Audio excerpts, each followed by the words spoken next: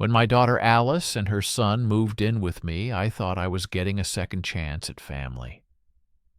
But as the weeks turned into months, I realized that their presence was not a comfort, but a burden. They slowly chipped away at my peace, my routine, and my very sense of self. I tried to be patient, to be understanding, but everyone has a breaking point. For me, it came on a rainy Tuesday afternoon when I overheard a conversation that shattered my heart into a million pieces. That's when I knew I had to take my life back, no matter the cost. And so, with a heavy heart and a determination I hadn't felt in years, I set my plan into motion. Before we continue, please subscribe to the channel and let us know where you're listening from in the comments. The sun was just beginning to peek through the curtains when I heard the familiar creaking of the floorboards outside my bedroom. I sighed, already feeling the weariness seeping into my bones. It had been like this every morning since Alice and Jake had moved in, a constant whirlwind of noise and chaos that left me feeling dizzy and drained.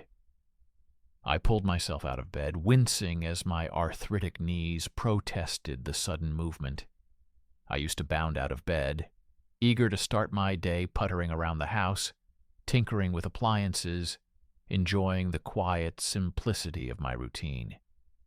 But now, every day felt like a battle, a never-ending struggle to maintain some semblance of normalcy in a home that no longer felt like my own. I made my way downstairs, bracing myself for the mess that awaited me. Sure enough, the living room looked like a disaster zone, toys scattered everywhere, dirty plates and glasses littering every surface, Alice's purse and keys dumped haphazardly on the coffee table. I closed my eyes, trying to quell the frustration rising in my throat. "Morning, Dad," Alice chirped, breezing past me into the kitchen. Her hair was still wet from the shower, and she was dressed in a crisp blouse and pencil skirt, ready for another day at the high-powered marketing firm where she worked. "I made coffee, but I don't have time for breakfast. Can you make sure Jake eats something before school?" I nodded, forcing a smile. "Of course, honey. I'll take care of it." She flashed me a distracted grin and grabbed her travel mug from the counter. "Thanks, Dad. You're the best." I watched her rush out the door, feeling a pang of sadness in my chest. There had been a time when Alice and I had been close, when she would sit at the kitchen table with me for hours, sipping coffee and chatting about her dreams for the future. But those days were long gone, replaced by hurried mornings and constant demands. I heard a thud from upstairs, followed by a muffled curse. Jake was awake, and from the sound of it, already in a mood. I braced myself for the storm to come. "Grandpa!" he yelled, his footsteps thunderous on the stairs. "Where's my back PCK? I can't find it anywhere." I sighed, already moving to search the cluttered living room. "I'm sure it's here somewhere, Jake. Just give me a minute."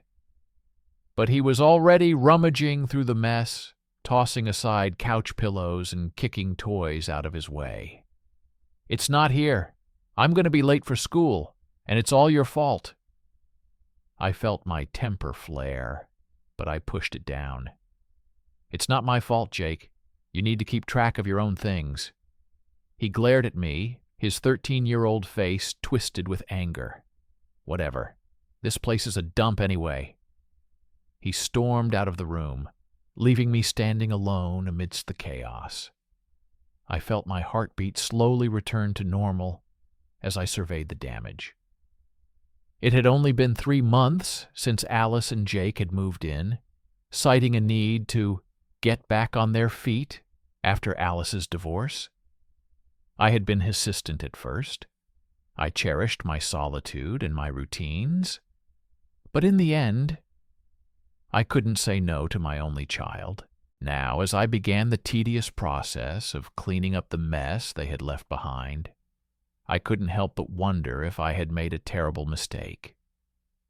The house no longer felt like a haven, but a prison, a place where I was constantly on edge, constantly catering to the needs and whims of two people who seemed to view me as little more than a live-in maid and babysitter. I knew I should say something, knew I should set some boundaries and assert my own needs.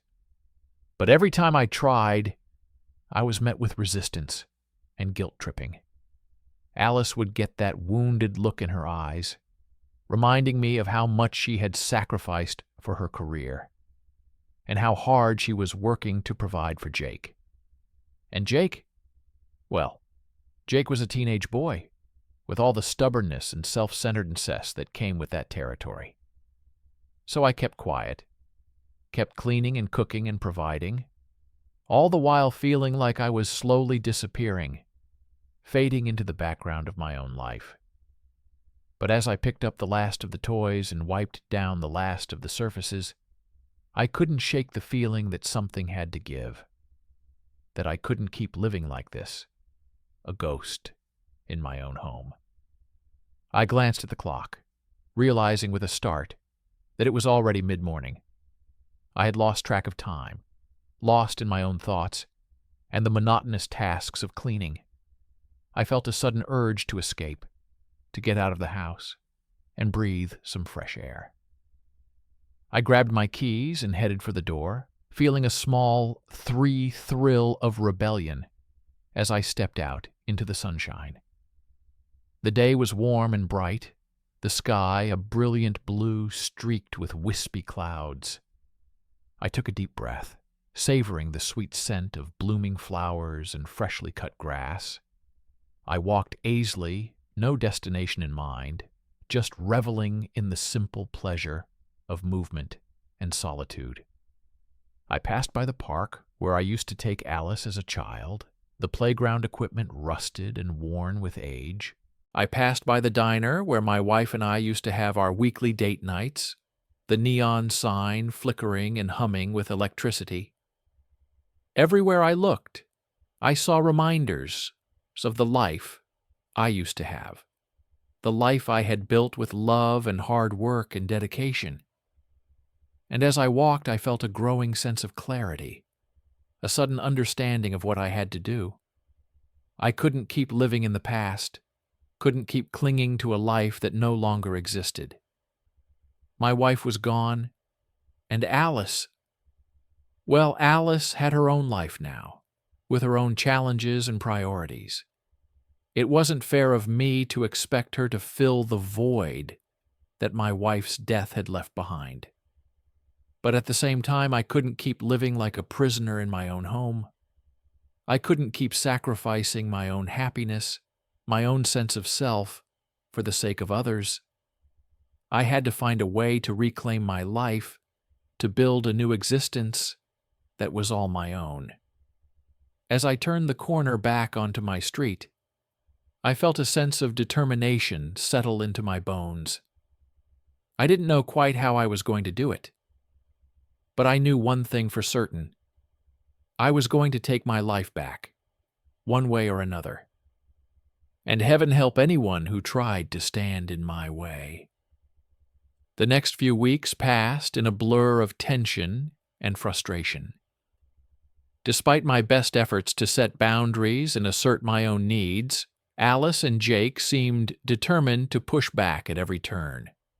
They left messes everywhere, stayed up late watching TV at full volume, and treated me like a personal servant, always expecting me to cook, clean, and cater to their every whim. I tried to be patient, tried to understand that they were going through a difficult time. But every day, I felt my resentment growing, my sense of self-worth eroding bit by bit. I started to dread waking up in the morning, knowing that I would have to face another day of chaos and disrespect. But the final straw came on a rainy Tuesday afternoon.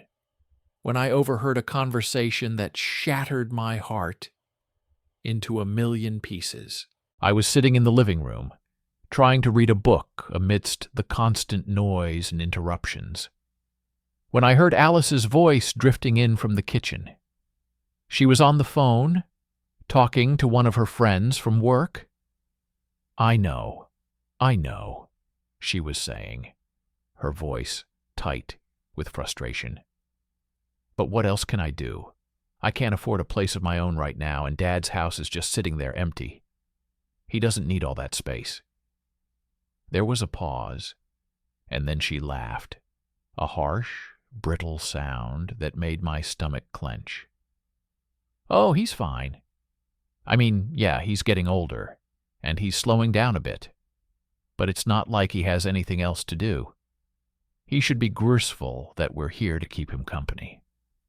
I felt like I had been punched in the stomach. I couldn't believe what I was hearing. My own daughter, talking about me like I was nothing more than a burdensome old man, an inconvenience to be tolerated. I felt hot tears pricking at the corners of my eyes, but I blinked them back, determined not to let them see me cry. And then I heard Jake's voice, chiming in from the other room. Mom, when are we going to get rid of Grandpa's old junk?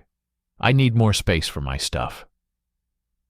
Alice sighed, and I could picture her rubbing her forehead in that way she always did when she was stressed. I know, honey.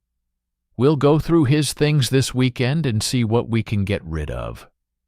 He doesn't need all that old stuff anyway. I felt like I couldn't breathe. They were talking about getting rid of my things, my memories, my treasures, the tangible reminders of a life well lived. I thought of the old toolbox that had belonged to my father, the one I had carefully restored and cherished for decades. I thought of the photo albums filled with pictures of my wife, my parents, my grandparents, all the people I had loved and lost over the years, and something inside me snapped. I stood up, my book falling forgotten to the floor. I marched into the kitchen, my hands trembling with a mixture of hurt and anger. Alice looked up at me, surprise flashing across her face. Dad, she said, her voice faltering slightly. I didn't hear you come in.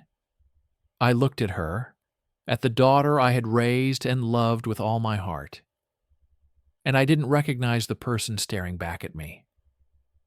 How dare you? I said, my voice shaking with emotion. How dare you talk about me like I'm some kind of burden, some inconvenience you have to put up with? Alice's eyes widened, and she took a step back. Dad, that's not what I meant. I was just... But I held up a hand, cutting her off. I heard what you said, Alice. I heard every word, and I want you to know something. I am not a burden. I am not some old man who needs to be managed and controlled. I am a person with my own thoughts and feelings and needs, and I will not be treated like a second-class citizen in my own home. I turned to Jake, who had come into the room to see what the commotion was about. And you? I have given you everything, Jake. I have loved you and supported you and been there for you every step of the way. And this is how you repay me? By disrespecting me and treating me like I'm nothing? Jake's face flushed, and he looked down at the ground. Grandpa, I didn't mean...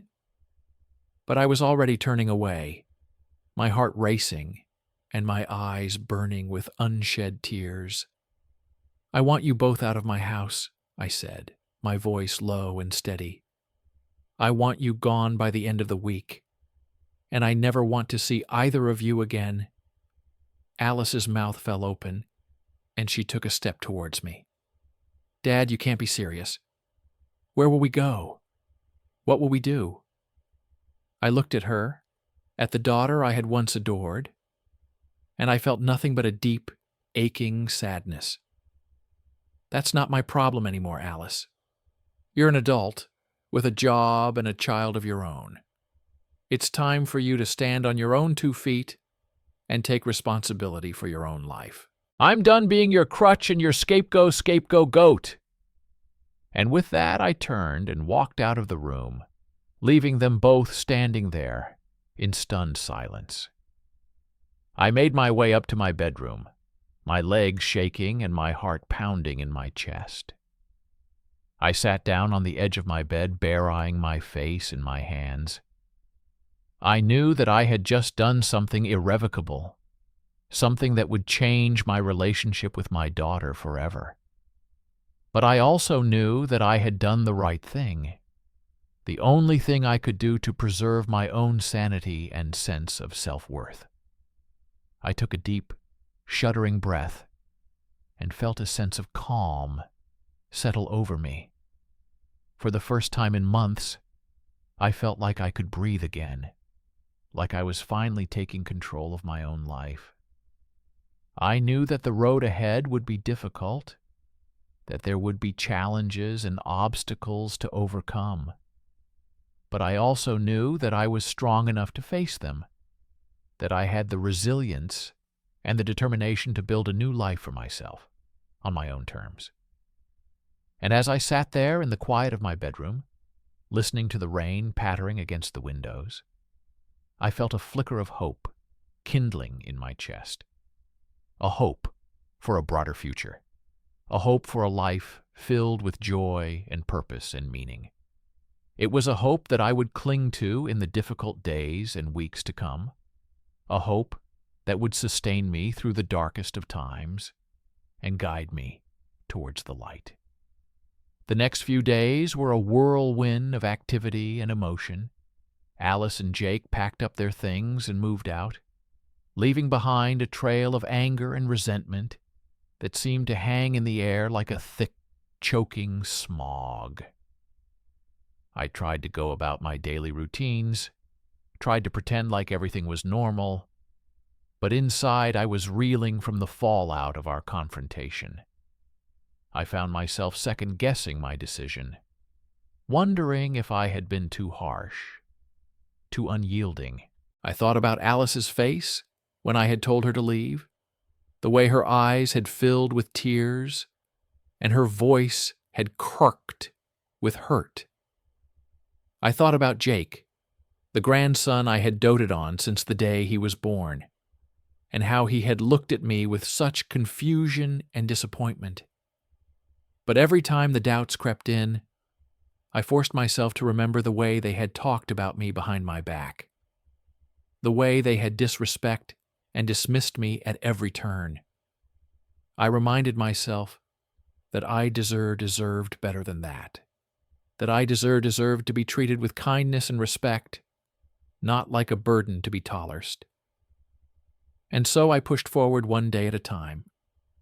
I cleaned the house from top to bottom, erasing every trace of their presence. I rearranged the furniture, bought new curtains and bedding, and filled the space with things that brought me joy and comfort. I started cooking my favorite meals again, savoring the flavors and aromas that I had missed so much during those chaotic months. But even as I tried to move on, I couldn't shake the feeling that I was being watched, that Alice and Jake were somehow keeping tabs on me, waiting for me to slip up or show signs of weakness. I started to feel paranoid, jumping at every unexpected noise and constantly looking over my shoulder. And then, one evening, my worst fears were confirmed. I was sitting in the living room, watching an old movie on TV, when I heard a loud bang coming from the direction of the kitchen. I froze, my heart racing and my palms sweating. I knew that I had locked all the doors and windows, that there was no way anyone could have gotten in. But still, the noise sent a jolt of fear through my body. I crept towards the kitchen, my hand reaching instinctively for the old baseball bat I kept by the door. I peered around the corner, my eyes straining to see in the dimness. And that's when I saw it. The back door was wide open, the lock hanging broken and useless from the frame, and there, standing in the middle of my kitchen, was Jake, his face twisted with anger and his hands clenched into fists. "What are you doing here?" I asked, my voice trembling with a mixture of fear and outrage. "I told you to leave, Jake. You can't just break into my house like this." But he just stared at me, his eyes cold and hard. "This is my house too, Grandpa. Or at least it should be. You think you can just kick us out and act like we never existed? Well, think again." He took a step towards me, and I instinctively backed away, my grip tightening on the bat. "Jake, please, don't do this. Just go before something bad happens." But he just laughed, a harsh, mirthless sound that sent chills down my spine. "Oh, something bad is going to happen, all right, but it's not going to happen to me." He lunged at me then, his hands reaching for my throat. I swung the bat wildly, feeling it connect with his shoulder with a sickening thud. He cried out in pain and stum bled backwards, clutching at his arm. I stood there, panting and shaking, my mind reeling with the horror of what had just happened. I had never raised a hand to my grandson before, never even imagined that I would need to defend myself against him in my own home. But as I looked at him, at the anger and resentment etched into every line of his face, I realized that I didn't know him anymore, that the sweet, loving boy I had once known had been replaced by a stranger filled with hate and bitterness. "Get out," I whispered it, my voice hoarse with emotion. "Get out of my house and don't ever come back." He glared at me for a long moment, his eyes burning with a kind of feral intensity.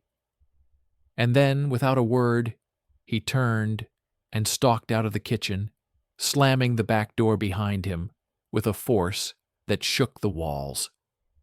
I sank to the floor, my legs giving out from under me. I sat there for a long time, trembling and gasping for breath, my mind whirling with the shock and trauma of what had just occurred.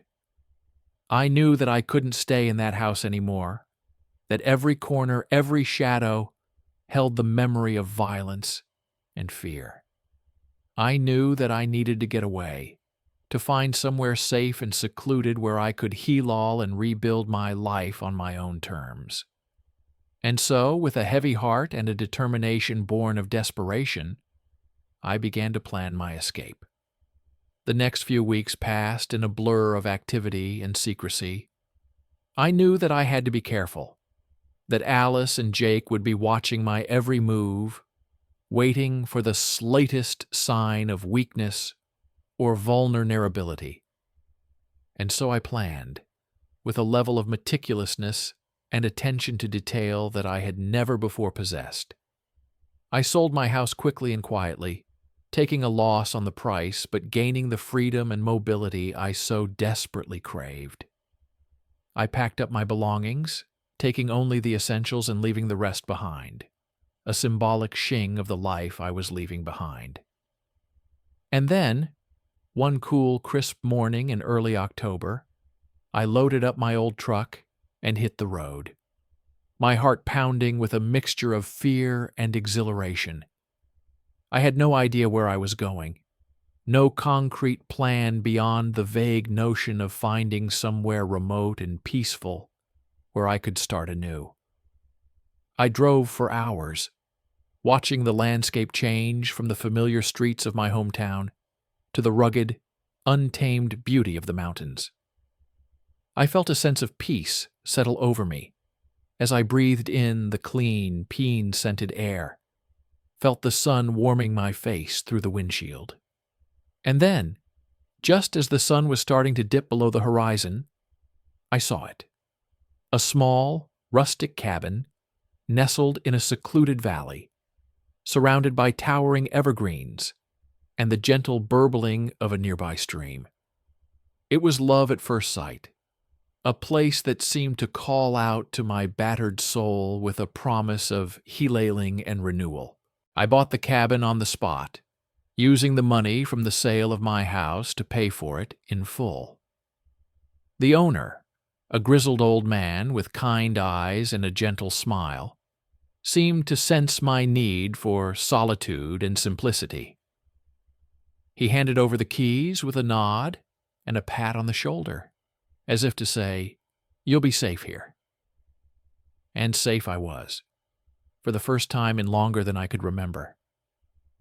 I spent my days exploring the woods and streams around the cabin, marveling at the beauty and majesty of the natural world.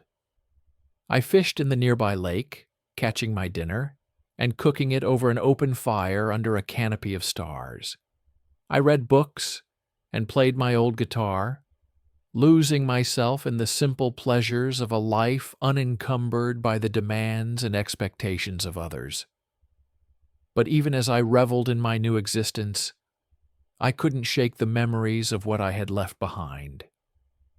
I thought of Alice and Jake often, wondering what they were doing and how they were seeping with my sudden disappearance.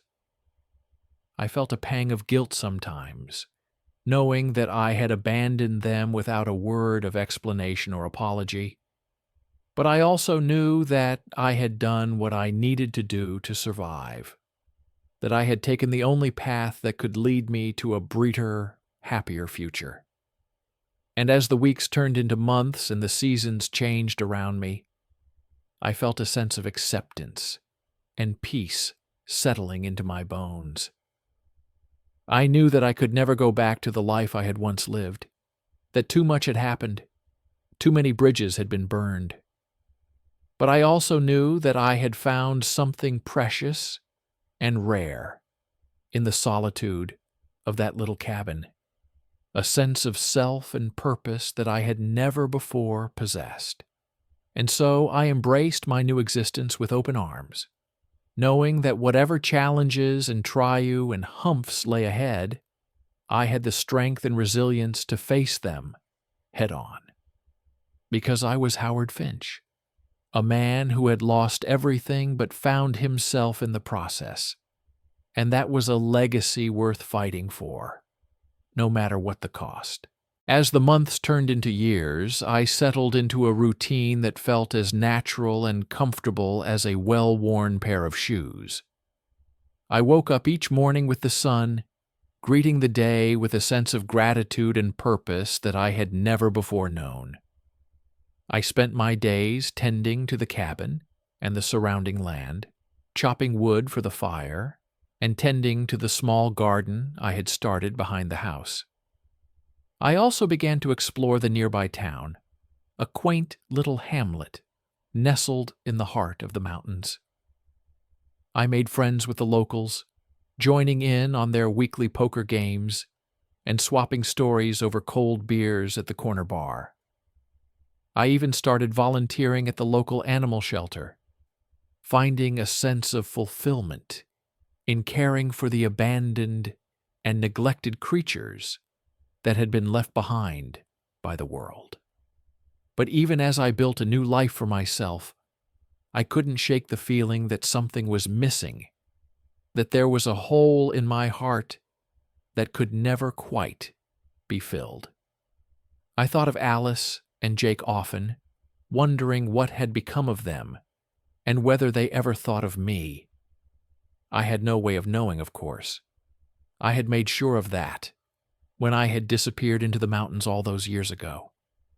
I had left no forwarding address, no clues as to my whereabouts. I had simply vanished, like a ghost fading into the mist. But still, the longing persisted, a quiet ache that never quite went away, no matter how much I tried to ignore it. And so, one crisp autumn morning, I made a decision that would change the course of my life once again. I packed a small bag and loaded up my truck, my heart pounding with a mixture of anticipation and fear. I knew that what I was about to do was risky, that it could shatter the fragile peace I had worked so hard to build. But I also knew that I couldn't live with the regret and the wondering any longer, that I needed to know, once and for all, what had become of the family I had left behind. And so I drove, retracing the long and winding road that had brought me to my mountain refuge all those years ago. I passed through small towns and big cities, watching the landscape change from rugged and wild to tame and civilized. And finally, after hours of driving and a lifetime of running, I found myself back in the town I had once called home. It looked different now, of course. Newer buildings and unfamiliar faces lined the streets where I had once walked with my wife and daughter by my side. But beneath the surface changes, I could still feel the echoes of the past, the memories and the emotions that had shaped me into the man I was today. I parked my truck on a quiet side street and made my way to the house where Alice and Jake had lived when I had left. The house that had once been filled with so much love and laughter before everything had gone so terribly wrong. I stood on the sidewalk for a long moment, my heart racing and my palms sweating, trying to summon the courage to knock on the door. But before I could take a step forward, the door swung open, and there she was. Alice, my daughter, looking older and wearier than I remembered, but still so achingly familiar. She stared at me for a long moment, her eyes wide with shock and disbelief. "Dad?" she whispered, her voice cracking with emotion. "Is it really you?" I nodded, tears welling up in my eyes. "It's me, Alice. I'm here." And then she was in my arms, sobbing and clinging to me like a lost child. I held her tight, feeling the weight of all the years and all the pain melting away in the warmth of her embrace. We stayed like that for a long time, just holding each other and weeping, the rest of the world falling away, until there was nothing left but the two of us. And when we finally pulled apart, I saw something in her eyes that I hadn't seen in longer than I could remember. A flicker of hope, a glimmer of the love and the connection that had once bound us together. "Come inside," she said softly, taking my hand and leading me towards the door. "We have so much to talk about." And so I followed her, my heart full and my spirit soaring, ready to face whatever lay ahead with the strength and the courage that I had found in the solitude of my mountain cabin. Because I was Howard Finch, a man who had lost everything but found himself in the process. And now, finally, I was ready to come home. As I stepped into the house that had once been my home, I felt a rush of memories washing over me, memories of happier times, of laughter and love, and the simple joyos of family life. I saw echoes of my wife everywhere I looked, in the pale blue curtains she had sewn herself, in the vase of wildflowers that sat on the mantelpiece, in the faded photograph of our wedding day that still held pride of place on the wall. But I also saw the signs of change, of a life that had moved on without me. There were new pieces of furniture, new artwork on the walls, new faces in the framed pictures that lined the hallway. It was a strange feeling, to be a stranger in a place that had once been so familiar, but it was also a feeling of hope, of possibility, of a chance to start anew. Alice led me into the kitchen, where a pot of coffee was already burbling on the countertop. She poured us each a cup and gestured for me to sit down at the table, her eyes never leaving my face. "I can't believe you're really here," she said softly, her voice trembling with emotion. I thought I'd never see you again." I reached out and took her hand, feeling the warmth and the strength of her fingers intertwined with mine. "I'm sorry, Alice. I'm so sorry for leaving the way I did, for not being there when you needed me. I didn't know how to handle everything that was happening, and I panicked. I ran away like a coward." She shook her head, tears welling up in her eyes. "No, Dad. You're not a coward. You were just trying to protect yourself, to find a way to heal all and move forward. I understand that now, more than I ever did before."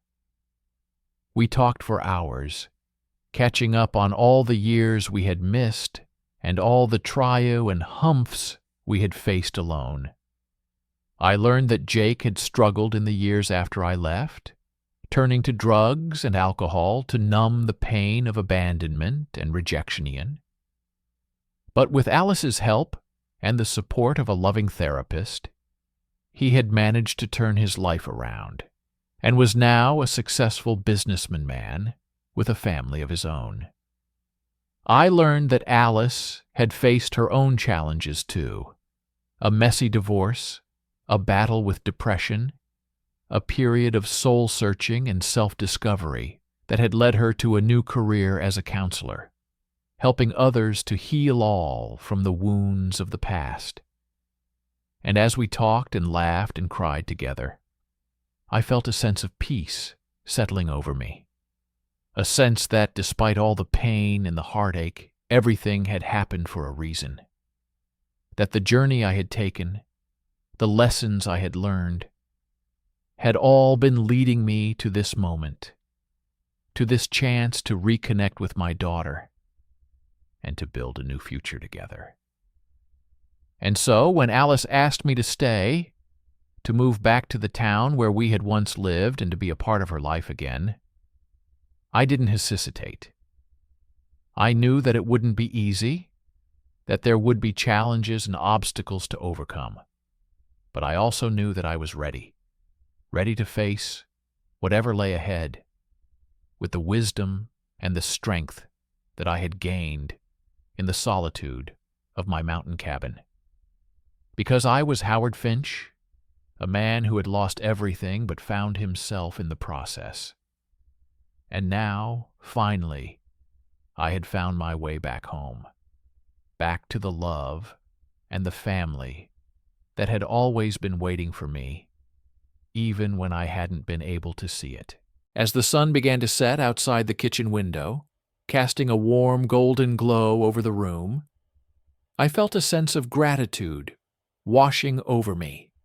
Gratitude for the second chance I had been given, for the love and the forgiveness that had brought me back to where I truly belonged. And I knew that, whatever the future held, I would face it with an open heart and a willing spirit, because I had finally learned that the greatest adventures, the deepest joyos, were the ones that we shared with the people we loved the most. Life has a funny way of coming full circle, of bringing us back to the places and the people that matter most, even when we think we've left them behind forever. That's what I've learned in the years since I returned to my hometown, since I reconnected with my daughter and started building a new life in the place where I had once known so much love and laughter. It hasn't always been easy, of course. There have been moments of tension and misunderstanding, of old wounds reopening and new ones threatening to tear us apart all over again. But through it all, Alice and I have held fast to the bond that we share, the bond of family, of forgiveness, of a love that endures even in the darkest of times.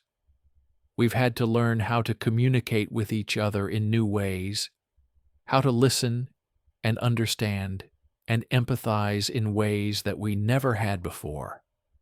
We've had to confront the pain and the guilt of the past, to apologize for the hurts we've caused, and to forgive each other for the mistakes we've made. But slowly, gradually, we've begun to heal, to rebuild the trust and the connection that had once seemed lost forever. We've started to create new memories together, to find joy and laughter in the simple pleasures of everyday life. I've watched Alice blossom in her new role as a counselor, seen the way her eyes light up when she talks about the people she's helped and the lives she's changed. I've marveled at her strength and her resilience, at the way she's been able to turn her own pain into a source of compassion and understanding for others. And I've started to find my own sense of purpose again, too. I've taken up woodworking again, spending hours in my little workshop behind the house, crafting beautiful pieces of furniture that I sell at the local farmer's market.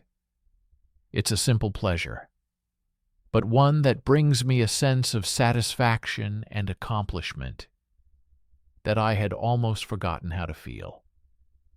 I've also started volunteering at the local community center, teaching classes on everything from basic home repairs to financial planning.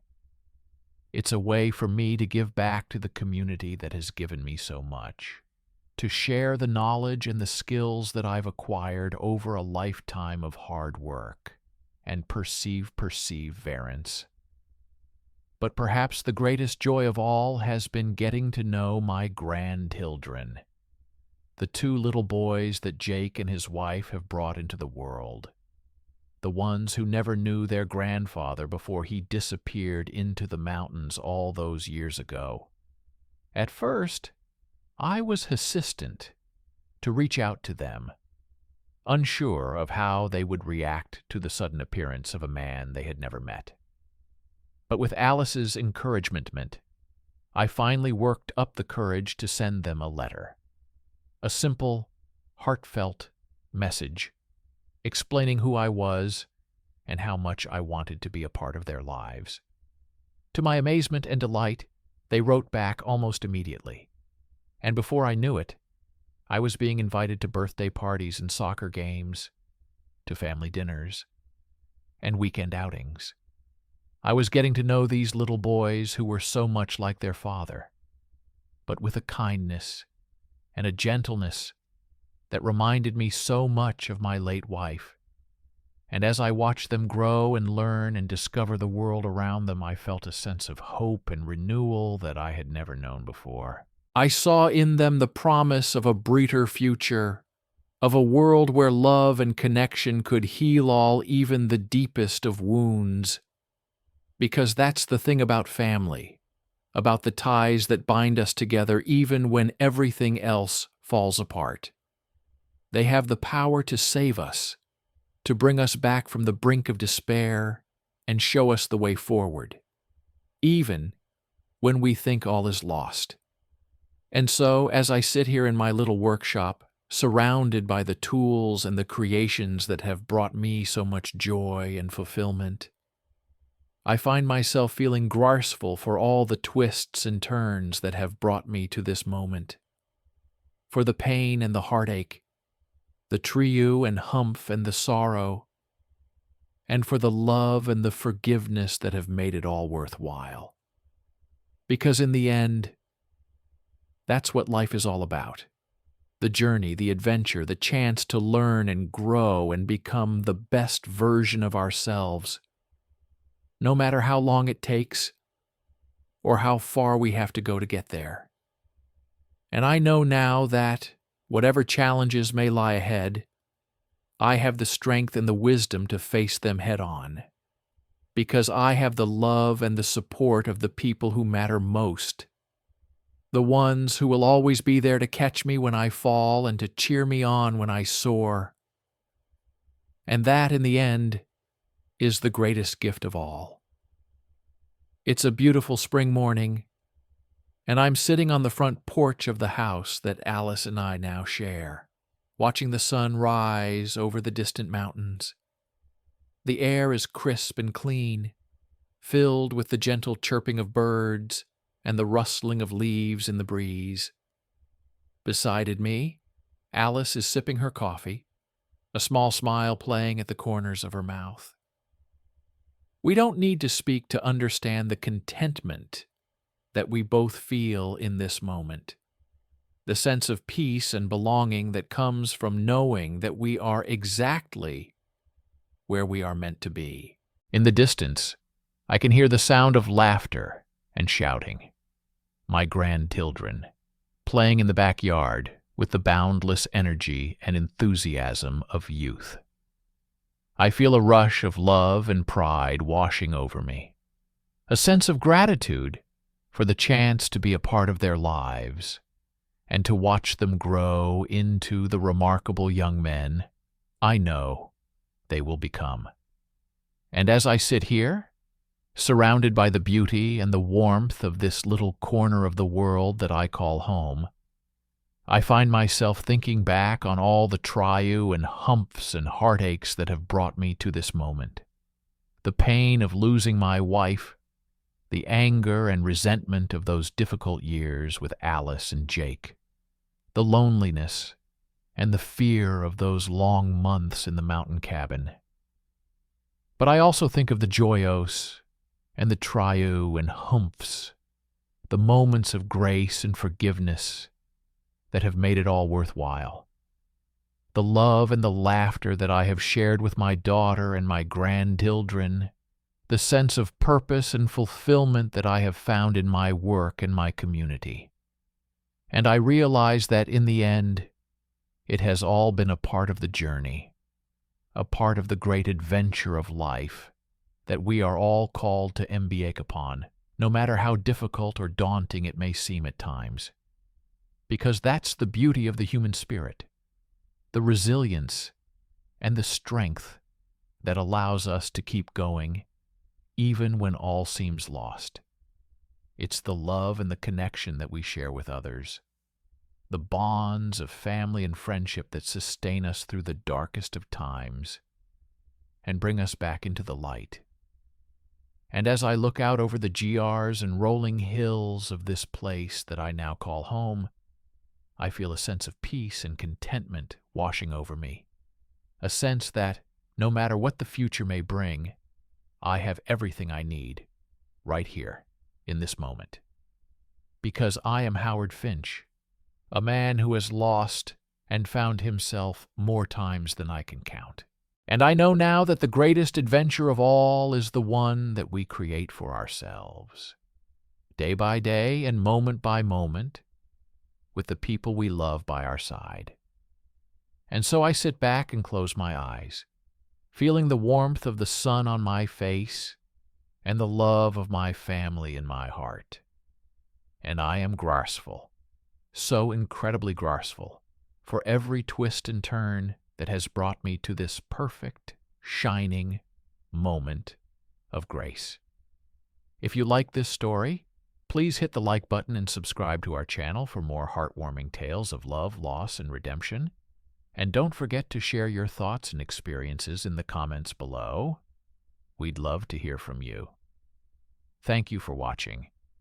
And remember, no matter how dark the night may seem, there is always a new dawn waiting just around the corner. Keep hope alive and never stop believing in the power of love and family to guide you home. Until next time, dear friends, stay safe, stay strong, and never give up on your dreams.